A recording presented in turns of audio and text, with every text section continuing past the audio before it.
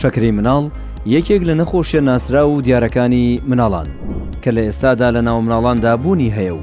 دایکان و باوکان زانیاریان لەبارەیەوە نییە. بۆ ئەم مەبەستە تاوەری تەندروستی سمارت سیمینارێکی تایبەت بە شەکرەی مناڵان پێشکەش دەکات لە ڕۆژی شەممە 21/1/2023 شوێن نهۆمی 15 لە تاوەری تەندروستی سمارت کاتژمێر 9 سەر لە بەیانی. بۆ ئەم مەبەستە دایکان و باوکانی بەڕێز ئەو بەڕێزانەی کەوا مناڵەکانیان تووشی شەکرە بوون دەتوانن لە ڕێگەی ئەم لینکەی خوارەوە ناوی سیانی خۆیان وەک بەشدار بوو یەک تۆمار بکەن و لە سیمیناری شەکرەی مناڵاندا بەشداری بکەن کە لەلایەن هەردوو ڕاهێنەری بەتوانە حسێن مستەفا خوێندکاری ماستەر لە پەرستاری و خات و فەریدە کەریم محەممەد ساڵح